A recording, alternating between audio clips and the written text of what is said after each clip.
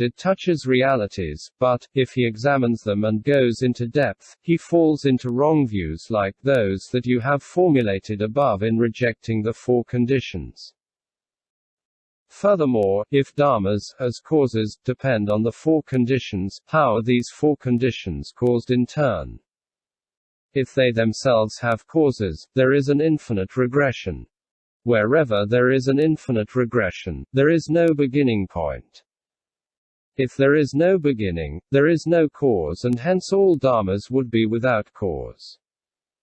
If there was a beginning, this beginning would be uncaused and, existing without being caused, it would not depend on causes and conditions. That being so, all dharmas themselves would exist without depending on causes and conditions. Furthermore, dharmas arising from causes and conditions are of two kinds. A. If they pre-exist in the causes and conditions, they arise independently of causes and conditions and there is neither cause nor condition for them.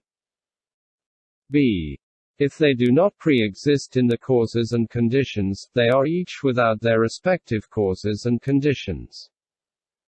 By futile chatter about the four conditions, one comes up against such errors. But the emptiness consisting of non-perception, of which it was a matter above in the Prajnaparamita, does not present such faults. Thus, birth, old age, sickness and death perceived by the eyes and the ears of ordinary people are considered by them to be existent, but, if their characteristics are examined subtly, they are non-existent. This is why in the Prajnaparamita, only the wrong views are eliminated, but the four conditions are not rejected. This is why it is said here that, in order to understand the real nature of the four conditions, the perfection of wisdom should be studied. Dharmata. Second section, understanding dharmata and its synonyms. Sastra. 1. Tathata, dharmadhatu and bhūtakoṭi. 1. The Tathata, manner of being, of all dharmas is of two kinds. 1. The specific nature belonging to each dharma. 2. The dharmata, true nature.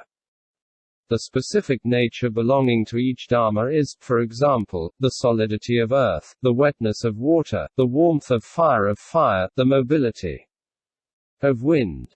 Such natures differentiate dharmas, each of which has its own nature. The dharmata distinguishes and postulates, in these specific natures, an ungraspable, indestructible reality free of defects. See what has been said in regard to the emptiness of specific characteristics. Indeed, if earth is really solid, how can it be that glue, etc., when brought near the fire, loses this solidity which is its 7c intrinsic nature? How can it be that the man endowed with the superknowledge of the working of magic sinks into the earth as if it were water? How does it happen that by cutting and breaking up wood or stone, they lose their solidity?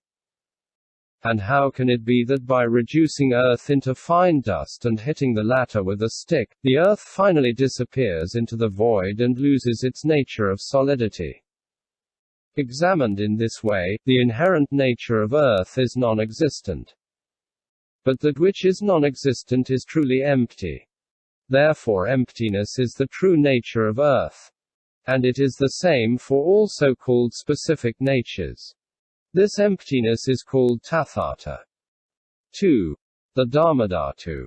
As I have said above, dharmas taken individually are empty. These emptinesses have their own respective modalities which are, however, Tathata. Together they form a single emptiness. The dharmadhatu. This dharmadhatu itself is also of two kinds. The first, with a mind free of attachment, distinguishes dharmas as each having its own nature. The second is the immense dharma, 1. E. The true nature of dharmas. Vice Sakantai Brahma Pari Prccha. As has been said in the Che Sin King. The dharmadhatu is immense. Single quote. The Sravakas attain the dharmadhatu, but since their wisdom is limited, they cannot speak of its immensity. In the case of the dharmadhatu, they are like the man who goes to the great ocean to empty out the water but who uses a vessel so small that he cannot collect the immense waters. 3. The bhūtakoṭi. Because the dharmadhatu is actually proven, it is the culmination of reality. Thus, the sant is established in the culmination of reality. Single quote. 2. Synonymity of the three words. Question. Tathata, dharmadhatu and bhūtakoṭi. These three things are identical or different. If they are the same, why use three words? If they are three different things, it would be fitting to distinguish them now. Answer. The three words are synonyms serving to designate the dharmata. Why is that? Ignorant worldly people have wrong views of all the dharmas and speak of permanent, happy, pure, real and personal dharmas. The disciples of the Buddha consider things according to their principal characteristics. Then, not seeing any permanent dharmas, they speak of impermanence. Not seeing any happy dharmas, they speak about suffering.